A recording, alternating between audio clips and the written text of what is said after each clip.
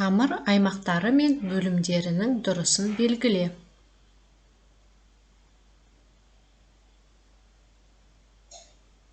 Тамырдың мына бөлігі қалай аталады?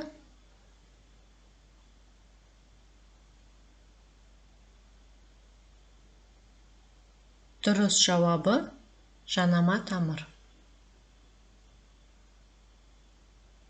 Келесі бөлігі қалай аталады?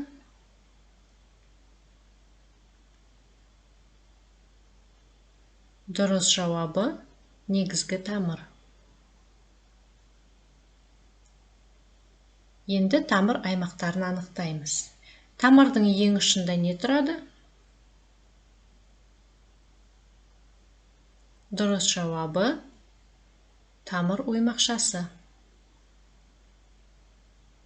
Тамыр оймақшасынан кейін бізде қандай аймақ?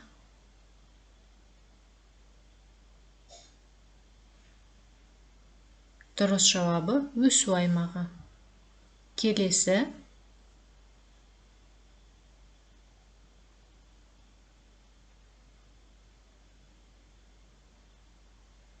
Сору аймағы. Және ең соңғы аймақ қалай аталады?